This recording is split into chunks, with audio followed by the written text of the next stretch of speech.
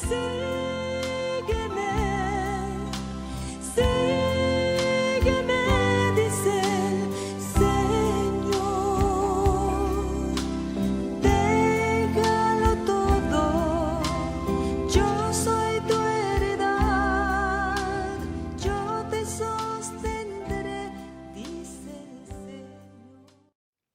Dios bendiga a cada uno de ustedes en este tiempo de fiestas, aunque nuestra fiesta es constante porque está ese gusto en nuestro corazón. Pase lo que pase, venga lo que venga, ruge el enemigo y no ruge el enemigo, haya tempestad o no haya tempestad, debemos de dar gracias a Dios en todo tiempo y en todo lugar. Y estamos en esta temporada de acción de gracias, que no debería de ser un día. Nuestra gratitud debe de permanecer constantemente en nuestros corazones. Vamos a ver en este día Mateo capítulo 26, versos 6 al 13, y vamos a hablar de una mujer que entendió lo que realmente es la gratitud. Vamos a comenzar leyendo capítulo 26 en el verso 6, dice la Escritura: y estando Jesús en Betania, en casa de Simón el leproso, vino a él una mujer con un vaso de alabastro de perfume de gran precio y lo derramó sobre la cabeza de él, estando sentado a la mesa. El verso 8 dice: al ver esto los discípulos se enojaron, diciendo: ¿para qué este desperdicio? Porque esto podía haberse vendido a gran precio y haberse dado a los pobres. Y entendiéndolo Jesús les dijo: ¿por qué molestáis a esta mujer? Pues ha hecho conmigo una buena obra. Ahí vamos a detenerlo y vamos a continuar al final con el resto. La palabra, como ustedes lo escucharon, está el centro de este relato, es el Señor Jesús, María de Betania y los discípulos. María de Betania, amados, entendió lo que significa hacer una buena obra, dando testimonio de la redención. El ministerio del Señor Jesús estaba por terminar y Él lo había dicho repetidamente a sus discípulos, que Él les había dicho que Él iba a padecer mucho en Jerusalén y que iba a morir, pero que el tercer día iba a resucitar. Pero ellos no estaban comprometidos con el reino de Dios. Todavía tenían su mente y su mirada puesta en las cosas terrenales y no en la vida resucitada, una vida nueva, una vida espiritual. Ellos no estaban comprometidos con eso. Ellos estaban comprometidos, todavía su corazón, su mirada estaba puesta en las cosas de este mundo, incluyendo las riquezas de este mundo. En el contexto, les había hablado del juicio de las naciones, del castigo eterno, pero les repito, la mentalidad de ellos estaban en las cosas de este mundo y no estaba puesto su corazón y su mirada en las cosas eternas. En Mateo 16, vamos a leerlo. Mateo 16, en el verso 21, para confirmar lo que acabo de decir, el Señor ya les había hablado repetidamente de que Él iba a morir. No era una sorpresa, no era algo nuevo. Ellos ya lo sabían. Entonces, dice el verso 21, desde entonces comenzó Jesús a declarar a sus discípulos que le era necesario ir a Jerusalén y padecer mucho de los ancianos, de los principales sacerdotes y de los escribas, y ser muerto, y resucitar al tercer día. Vea que el Señor, esto es en la última semana antes del Señor ir a la cruz. Él está ahí con sus discípulos, están cenando. Y ya les había dicho, como usted puede apreciar, el capítulo 16, desde el verso 21 hasta el 23, veamos que la reacción de Pedro, cuando él escuchó, no era la primera vez, pero esto parece ser que es la última vez. Y mire la reacción de Pedro. Tomándolo aparte, comenzó a reconvenirle diciendo: Señor, ten compasión de ti, en ninguna manera esto te acontezca. Ve aquí, cuando dice la palabra reconvenir, le está llamando la atención. El discípulo llamándole la atención al maestro, ve que qué lejos estaba de una vida espiritual. Entonces dice, esto no te acontezca, pero vea quién estaba hablando a través de Pedro. Aquí lo vamos a ver, porque cuando nuestra mirada como cristianos, y habla el pueblo cristiano, está en las cosas materiales, en las cosas de este mundo, y estamos enfocados en eso nada más, y no en el reino eterno de Dios, en las cosas espirituales, en el crecimiento de nuestra vida espiritual, en la salvación de otros. Cuando no estamos enfocados ahí, mire quién está hablando. Verso 23. Pero él, o sea el Señor Jesús, volviéndose dijo a Pedro, quítate de delante de mí, Satanás. Me eres tropiezo, porque no pones la mirada, en las cosas de Dios, sino en las de los hombres. Se da cuenta cuando nuestra mirada está puesta en la grandeza, en las riquezas, en la fama, en la prosperidad, en lo que tengo, en lo que yo he hecho, en lo que yo he acumulado. Tiene un orgullo de parte del enemigo que el Señor tuvo que decirle a Pedro, aléjate de mí, apártate de mí, Satanás. Porque tu mirada no está puesta en las cosas espirituales, en tu crecimiento espiritual. Su mirada de Pedro estaba puesta en la fama. Ya eran reconocidos los apóstoles. Jesús estaba en la última semana. El domingo, que se conoce como el Domingo de Ramos, las multitudes lo habían seguido y aclamado como el rey, como el hijo de David. Entonces ellos se sentían cómodos. Hoy ya tenemos, aquí estamos en una mega iglesia, todos siguen a Jesús y nosotros somos los líderes allí. Y aquí sí está el Señor con nosotros, y Hosana, y Hosana.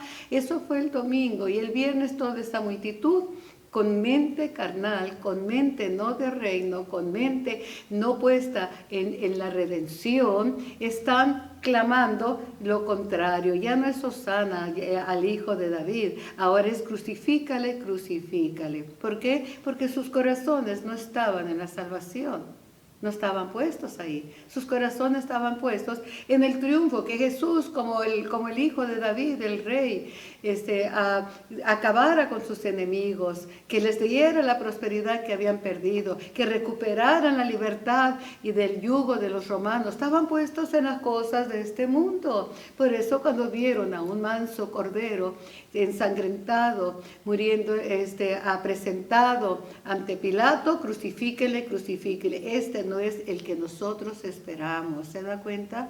Ve aquí lo que pasa cuando nuestra mirada está puesta en las cosas de este mundo y no en el reino de Dios. Así estaban los discípulos.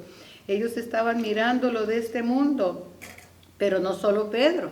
No vamos a ponerle toda la carga a Pedro, sino que también todos los discípulos. Ellos estaban mirando la posición. Esto no es nuevo. Los que buscan posiciones en su ansia de poder no están enfocados en la redención. ¿Qué estaba haciendo Jesús al ir a la cruz? Preparando el camino para nuestra redención. Eso era todo. Pero ellos no lo entendieron porque estaban enfocados en las cosas de este mundo. Ahora ve aquí una cosa. Entonces los discípulos también, ellos están en ese enfoque buscando posiciones. En lugar de mirar que Jesús iba a morir en la cruz, pero que iba a resucitar, que su ministerio terrenal estaba por terminar. Y él les había dicho. ¿Y qué pasó cuando se lo dijo? Comenzaron a pelearse los discípulos entre sí. En Mateo 18, verso 1 y 7, comenzaron a pelearse. ¿Quién va a ser el mayor? Oímos que Jesús va a morir. Entonces, dentro de nosotros, dentro del grupo selecto de los apóstoles, ¿quién va a tomar su lugar? Miren lo que están pensando. No están pensando en la redención. Oh, Jesús va a morir y ha dicho que es para perdón de nuestros pecados, para que todo aquel que en Él crea no se pierda, mas tenga la vida eterna. Ellos no están pensando en eso. Ellos están pensando que Jesús, el Maestro, va a morir Entonces, de los 12, ¿quién va a tomar su lugar? ¿Quién va a ser el mayor? Competencia de éxito, de prosperidad, con una mente puesta en las obras, pero no en la resurrección. Porque él dijo, voy a morir, pero voy a resucitar. ¿Quién se acordó de la resurrección? Nadie. ¿Por qué? Porque la resurrección es la muerte de la carne, el muerto en la cruz, para resucitar a una vida espiritual, que eso también va con nosotros. Morir a nuestros deseos carnales, morir a las cosas de este mundo, al pecado, morir, a negarnos nosotros mismos para comenzar a vivir una vida en el Espíritu. Mientras estaremos como estuvo aquí Pedro, apártate de mí, Satanás, tu mirada está en la grandeza, en lo que puedes obtener de este mundo, inclusive, que es lo más triste, en las posiciones, en las iglesias, o en las megas iglesias, que no estoy en desacuerdo. Mi iglesia es una mega iglesia, mi iglesia madre es una mega iglesia. Y comentaba hace un momento, una iglesia que no ha superado a ninguna hasta el día de hoy. Y fue en los inicios de 1900. ¿Por qué digo? Porque no solamente era la grandeza, el lujo, la belleza de toda una cuadra de esa que compone la iglesia, sino la gloria de Dios que se manifestaba en 3 servicios de 500 personas cada servicio y la gente esperando afuera para entrar todo el domingo, porque la gloria de Dios se manifestaba. Eso yo puedo decir, en una iglesia, aunque sea pequeña, cuando la gloria de Dios se manifiesta, lo más grande es el Señor, no la estructura, no lo que tú dices, con orgullo, esto es mío. No, todos los edificios van a quedar hechos en nada. Ese era el orgullo, ¿saben? El orgullo de los judíos en Jerusalén, cuando fue edificado el templo de Salomón.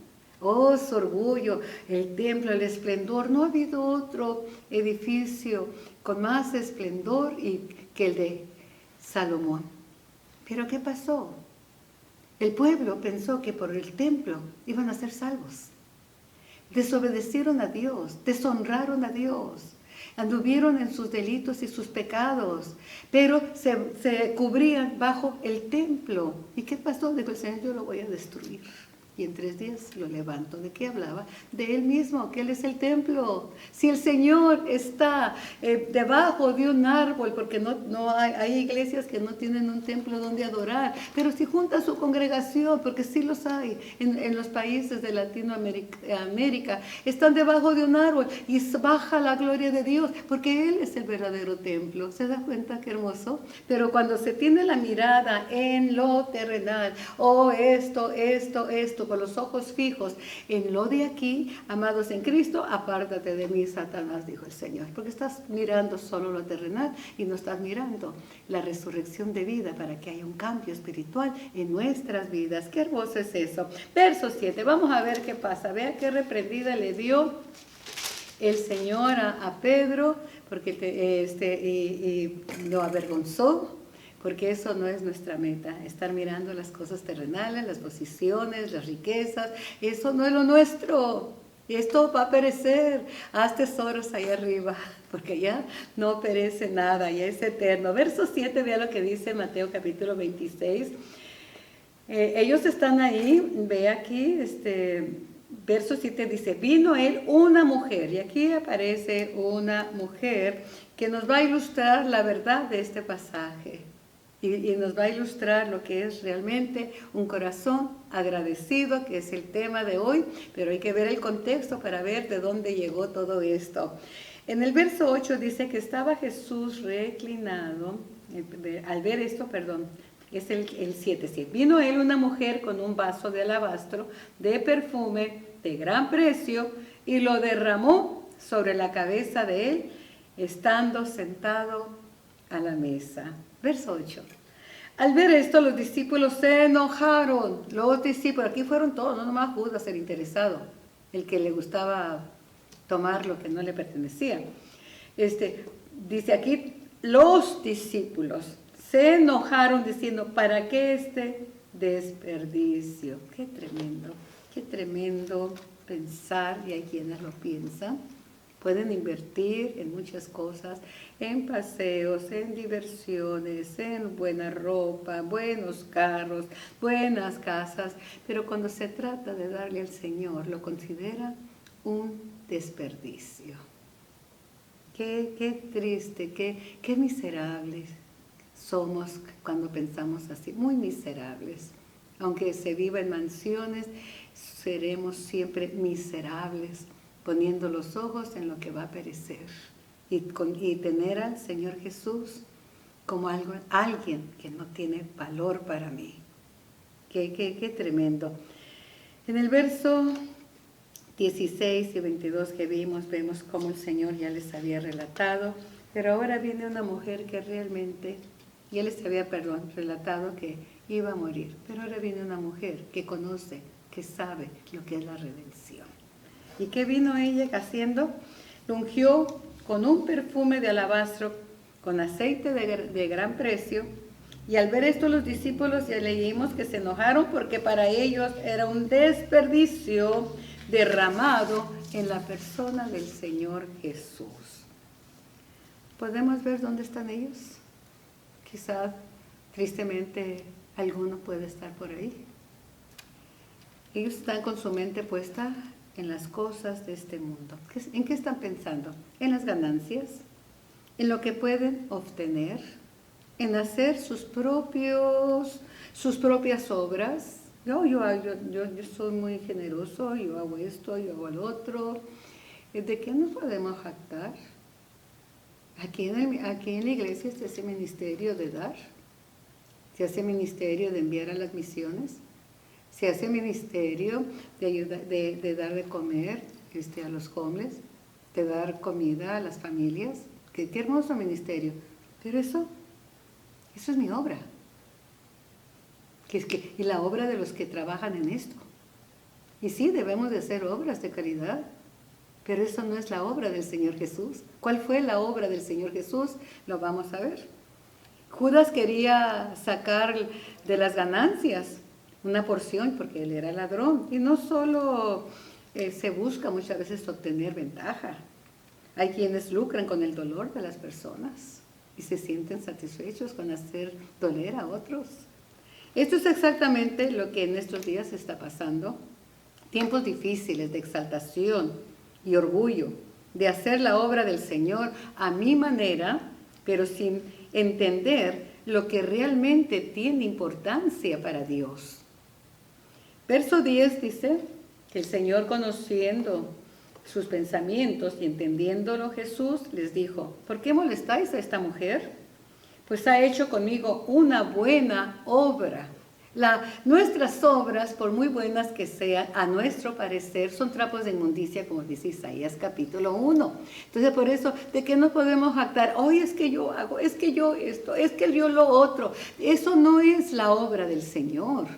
Estas son las obras nuestras que hacemos por amor al Señor, pero que serán pasadas por el fuego para ser probadas. ¿Con qué intención las hicimos? ¿Para ser visto por los hombres? ¿Para decir yo hago? ¿Para verme bien? ¿Qué es la motivación de mi corazón? Si la motivación de nuestro corazón es hacer obras de caridad por amor a Él, sin ser vista, sin ser vistos, sin esperar nada a cambio, entonces estás haciendo conforme a la voluntad de Dios. Pero nuestras obras, amados en Cristo, por muy buenas que sean, no se van a comparar jamás con la obra del Señor Jesús, su muerte en la cruz, su sangre derramada, sus padecimientos. Esa es la obra del Señor, la cual debemos de exaltar, y no nuestra miserable obra que la hacemos con muchas motivaciones, por ganancia, por prestigio, por posición, por lo que sea, pero eso no es lo que le interesa al Señor. Lo que realmente le importa es lo que hizo esta mujer. Ella ha hecho una buena obra. Alabado sea el Señor, qué hermoso. Así es que aquellos que no han entendido la razón de la muerte del Señor no están interesados en la salvación, ni de ellos mismos, para ir creciendo en gracia y en sabiduría, en conocimiento, en temor de Jehová, Si todavía no hemos crecido en eso, ¿de qué estamos hablando? No estamos interesados en avanzar en nuestra salvación, porque el avanzar en nuestra salvación es un cambio completo de vida, es transformación. El Señor Jesús, después de su resurrección, no lo conocían, ni María, ni las mujeres lo reconocieron. ¿Por qué? Porque hubo un cambio de resurrección para tener una vida resucitada, una vida nueva, una vida espiritual. Pero eso no nos gusta. ¿Sabe qué no nos gusta? Es mejor exaltar lo que hacemos en nuestra carne que vivir una vida espiritual sometidos a la voluntad de Dios, y escuche, a la voluntad de Dios, a su palabra, y no lo que yo creo que es correcto. Así es que vea qué contraste, que es lo que creemos que es la gratitud, un contraste. El día de hoy que creemos que acción de gracia y que vamos a honrar a Dios con el pavo, qué bueno, con la reunión familiar, qué bueno. Pero si tu corazón no ha nacido de nuevo, si tu corazón no está puesto en invertir en la salvación, estás como los discípulos, nada más en su propio beneficio, en su glotonería. Pero si lo haces con un corazón lleno de gratitud, en la mesa, comiendo, diciendo, Señor, mira la abundancia, yo no merecía esto.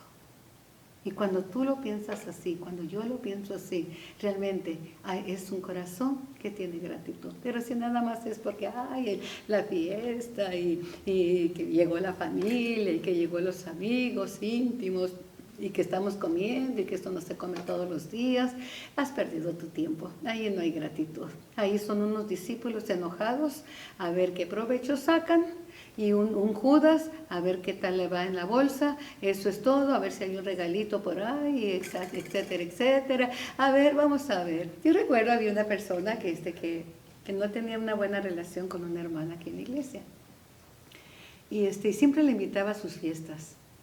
Y se me hacía un poco raro, porque si decía que no la toleraba, ni siquiera verla, no podía perdonar a un acto que pasó muy doloroso.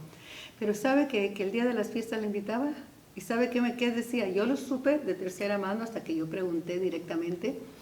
Dice, los invitamos porque ellos traen buenos regalos. Y así hay muchos. Me da risa hoy porque qué tantos de los que nos decimos cristianos invitaremos a gente nada más porque traen buenos regalos. Qué triste, hermano. ¿Por qué? Porque la mirada está puesta ¿dónde? En las cosas de este mundo. Mire lo que dice el Señor. ¿Por qué molestáis a esta mujer? Pues ha hecho conmigo una buena obra. Lo que María está haciendo, María de Betania, para que no confundamos las Marías, la María de Betania lo que está haciendo es proclamar que Jesús es el Cordero de Dios que iba a morir para perdón de nuestros pecados, pero que iba a resucitar. Pero note usted, le repito, porque tiene que estar grabado en nuestro corazón, pero ellos no están enfocados en la redención.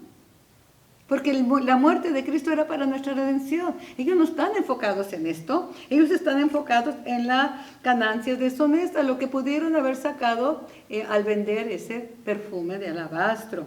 Cuando entendemos lo que es la redención, entonces haremos buenas obras. Pero si no las entendemos, lo demás nos vale.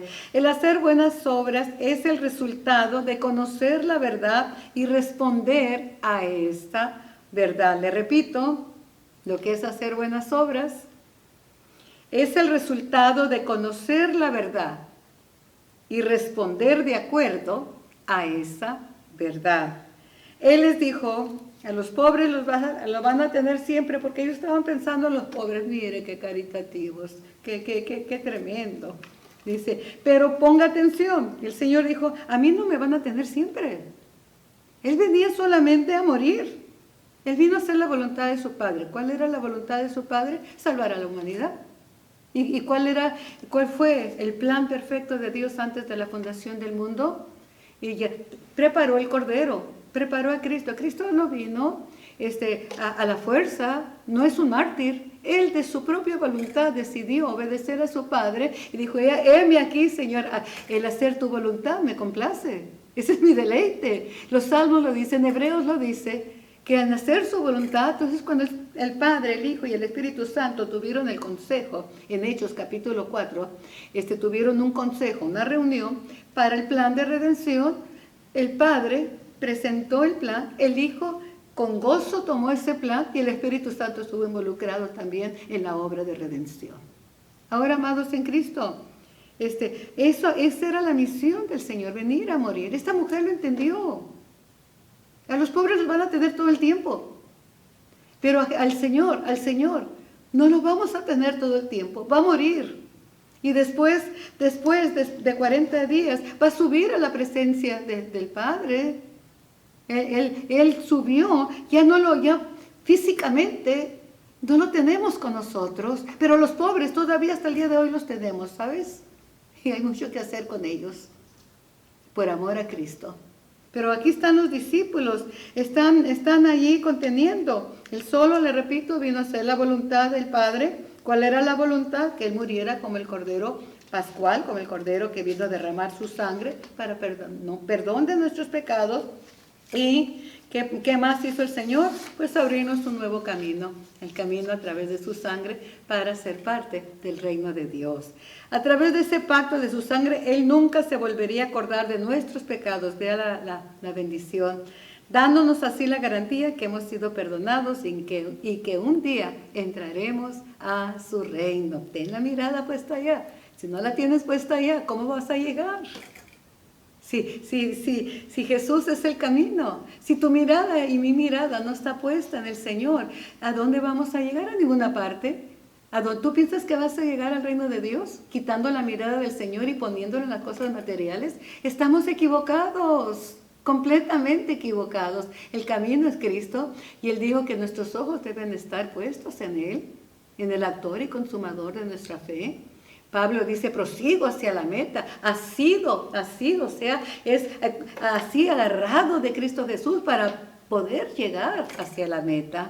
Pero si nuestra mirada y nuestras manos están que se llenen de riquezas, amados en Cristo, ¿a qué camino vas a ir? Al camino de destrucción.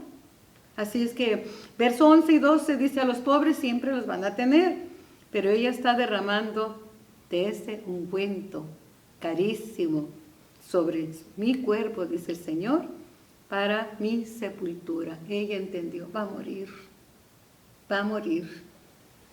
Y lleva el aceite perfumado para ungirlo. Él dijo, para ungir mi cuerpo. Ve aquí lo que el Señor, esta mujer trajo una revelación tan tremenda de lo que es realmente nuestra vida en Cristo y de la obra de Cristo. Ella nos está ilustrando la redención y la gratitud.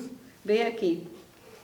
Porque al derramar este perfume sobre mi cuerpo, verso 12, lo ha hecho a fin de prepararme para la sepultura. Ella lo ha entendido, Pedro no lo entiende, los otros 11 no lo entienden porque están mirando las cosas de este mundo. Ella está preparando, porque ella está creyendo que Él va a resucitar y está ungiendo su cuerpo. Ella ha entendido el mensaje de redención.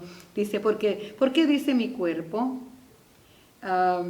Dice, ¿por qué? Porque fue ungido sobre su cabeza, pero fue derramándose ese perfume sobre él. Ahora veamos aquí una cosa. Ella lo ungió porque ella entendió que iba a morir, pero que iba a resucitar. Te vuelvo a repetir, porque ella entendió el mensaje completo. No solamente es que murió. Hay quienes adoran a un Cristo muerto. Y dice, todavía lo ven en la cruz y todavía lloran, porque pobrecito, ahí está sangrando con una gotita ahí que le está cayendo en la cara, cuando realmente quedó desfigurado. Pero ella entendió. Vea qué tremenda revelación. Entonces, de cierto os digo, en el verso 13, vamos a terminar. De cierto os digo que donde quiera que se predique este evangelio en todo el mundo, también se contará lo que ésta ha hecho para memoria de ella. ¿Sabes que nadie se va a acordar de tus limosnas cuando no han sido hechas para Cristo? ¿No has derramado el perfume de gratitud sobre Él porque crees que es un desperdicio? ¿Sabes que nadie se va a acordar de tus millones? ¿Sabes que nadie se va a acordar ni de ti mismo? Porque la palabra del Señor dice que allá en el lugar de tormento nadie tendrá memoria de ellos. Pero fíjese, el que está centrado en la redención, en invertir para la salvación de otros, en enviar, en sostener su iglesia, porque la iglesia tiene un propósito. La iglesia tiene el propósito del Señor Jesús. ¿Cuál es el propósito? Ganar almas. Pero hay muchos que no piensan así, que les sirven a Satanás y lo único que hacen es hacer caer a las almas, es ser piedras de tropiezo. Pero esos son los que el pensamiento de Pedro, ay, nunca te acontezca esto, apárate de mí, Satanás, eres tropiezo. Esas gentes son tropiezo para la salvación, ni entran, como le dijo el Señor a los fariseos, ni ellos entran, que con sus grandes oraciones y su perfeccionismo y sus largas batas y sus largas manos, mangas, porque eran los sacerdotes, los fariseos, los escribas, los religiosos, dice, ellos no van a entrar. ¿Por qué? Nomás fueron de tropezadero y no permitieron que otros entraran. Ve aquí, pero de cierto, cierto os digo que donde quiera que se predique este evangelio les será contado lo que ella ha hecho.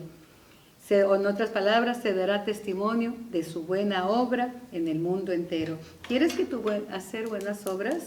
Habla de la salvación, no de ti. ¿Quieres verdaderamente que sea contado para memoria? Enfócate en la muerte, en la resurrección. En morir a tu carne, a morir a mi carne y a vivir una vida espiritual.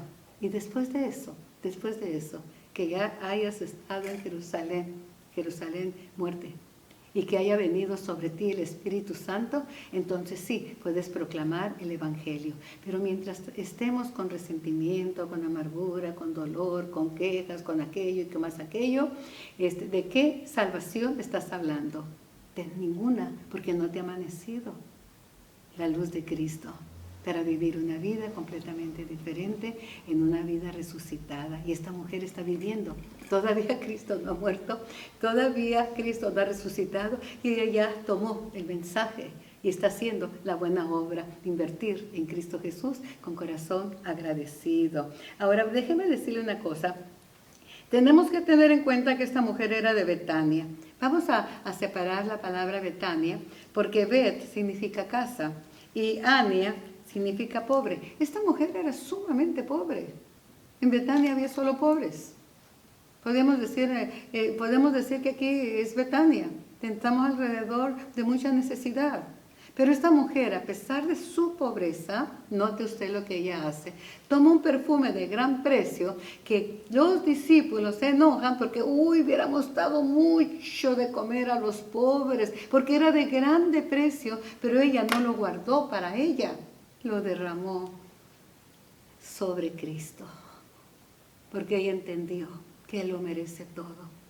Qué miserables somos para darle al Señor limosnas, cuando todo es de Él.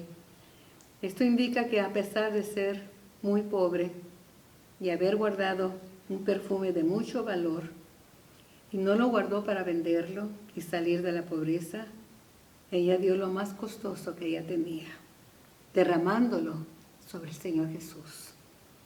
¿Qué está haciendo esta mujer? Dándolo todo, reconociendo lo que Jesús está a punto de hacer, dándolo todo por amor a nosotros. ¿Queremos ser recordadas para siempre? ¿Queremos ser recordados? Entonces debemos imitar lo que hizo esta mujer, entregándonos a darle todo, y todo es todo, entregando todo nuestro ser por el mensaje del Evangelio. Nuestras buenas obras, les repito, son trapos de inmundicia. No es que no debemos de hacerlas, es que ninguna de nuestras obras podrán compararse a la obra de nuestro Señor Jesucristo. Él se entregó completamente. La mujer de Betania entregó toda la gloria a Jesús. El secar sus pies con sus cabellos significa algo muy, muy grande. Significa lo que dice el apóstol Pablo. Dice que la gloria de la mujer es su cabello. Ella entregó toda la gloria a los pies del Señor Jesús. Y eso lo ve usted en 1 Corintios capítulo 11, verso 14 y 15, de lo que dice el apóstol Pablo. Pregunta, y con esto concluyo. ¿Estamos comprometidos para anunciar el Evangelio o hablamos más de nuestros logros que de la obra de Cristo? Te pregunto y me pregunto. Si estás comprometido, el Señor espera de nosotros una entrega total y dar lo más valioso de nosotros mismos para el avance de las buenas nuevas de salvación. Ella está comprometida y dio el mensaje, como diciéndolo ahí públicamente a todos, aunque la criticaron. La criticaron mucho porque estaba hablando, ¿verdad?, de lo que es realmente la salvación y la vida resucitada. Y todos lo criticaron, todos. Y el Señor tuvo que intervenir porque no hubo ni uno que dijera que bueno, el Señor se merece esto y mucho más. Todo lo contrario, el Señor no se merecía nada a su mente carnal. De aquí. Entonces, lo que termino con esto, entregándonos, debemos de entregarnos en totalidad, si es que tú amas al Señor, dándole a Él toda la gloria como lo hizo esta mujer. ¿O andaremos buscando las posiciones? ¿Andaremos buscando las ganancias, el prestigio, el ser reconocidos? Oh, miren lo que yo he logrado. ¿Estaremos ocupados en eso? Déjame decirte, pregúntale a Job qué le pasó. En un día acabó con toda su riqueza. En un día. ¿Por qué? Porque tenía que disciplinar su orgullo y tenía que disciplinar que él por lo que hacía era alguien. Entonces vea el libro de Job, es muy interesante. Perdió todo. Lo único que no perdió fue la mujer porque era tormento. Esa era una mujer que estaba ahí y dile tú, y dile tú, y dile tú, y dile tú. Esa es una mujer ahí de una vez maldice a Dios y muérete. No, esto no se la dejó porque era su tormento, era su aguijón en la carne. Ahora, si así lo hacemos, hermanos, si nada más buscamos la posición y el reconocimiento, no seremos recordados en su reino, ¿ok? Ni habrá memoria de nuestras obras, serán quemadas en el tribunal de Cristo. Pero usted y yo que amamos a Cristo, usted y yo que realmente reconocemos su sacrificio, que vivimos en base al Evangelio, que reconocemos su palabra y honramos su palabra, que vivimos su palabra. No nomás es decir, oh, yo sé Biblia, que honramos cada palabra escrita y la aplicamos a nuestra vida, entonces sí podemos decir, Señor, gracias, no merezco nada. Sin ti yo no soy nada. El precio tú me lo pusiste y ese precio fue tu sangre derramada, invirtiéndola por mí pecadora o por ti pecador, y la invirtió toda su sangre para que nosotros tuviéramos valor, porque no valíamos nada. Esclavos extranjeros, esclavos del pecado, esclavos de la maldad, esclavos atados al enemigo en toda la maldad. Y usted dirá, bueno, yo no soy esa persona, yo no soy tan malo, pero sigue siendo pecador. Por lo tanto, amados en Cristo, con corazones agradecidos, vengamos este día de acción de gracias como vino esta mujer. No vino para ser vista, vino para exaltar la obra del Señor Jesús. Por eso Él mismo dice, esta ha hecho una gran obra. Que Dios les bendiga abundantemente y acuérdate, cuando estés sentado a la mesa, que estás ahí y tienes provisión, y estás bendecidos, estamos bendecidos, pero no porque nosotros lo merecíamos, sino porque Él pagó el precio para que tú tengas una mesa donde sentarte. Que Dios te bendiga abundantemente, te deseo lo mejor y que pases un feliz día de acción de gracias hoy y los 365 días de todo el año sean para ti un día de acción de gracias, porque Él está con nosotros y Él nos sostiene. Sin Él estaríamos perdidos. Dios te bendiga abundantemente. Bendiciones. Que Dios los guarde y los colme de abundantes bendiciones.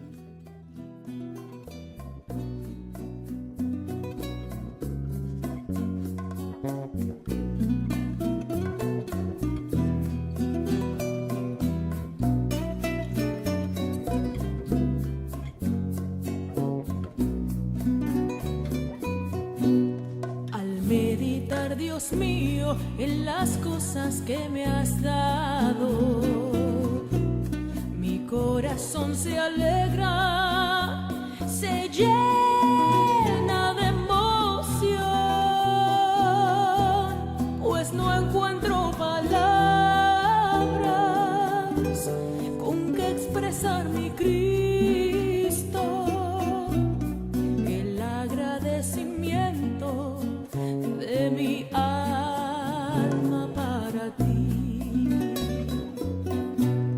Cambiaste tú mi vida, me diste esperanza, y desde aquel momento mi alma recibió un gozo tan sublime que al paso de los años ha sido cual la fuente de mi felicidad. Agradecimiento hay en mi corazón, canto de alegría,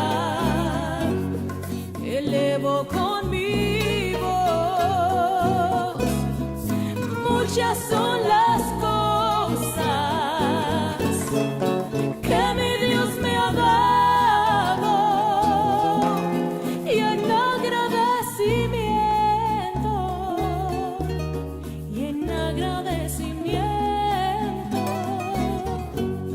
le sirvo a mi Señor.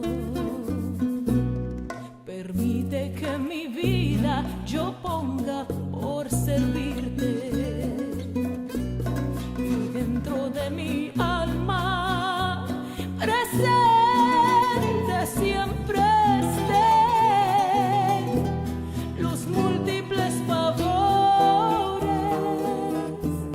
y tus misericordias, que aún sin merecerlas has tenido para mí. Las veces que la prueba has puesto en mi camino, en vez de ser derrota, ha sido bendición, pues ni por un momento tú me has dejado sola, y así tu santa mano ha sido mi sostén.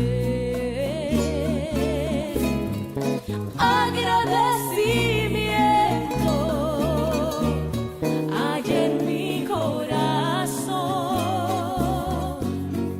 canto de alegría, elevo con mi voz.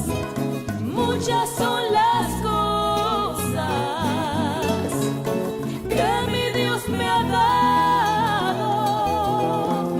y en agradecimiento le sirvo a mi Señor.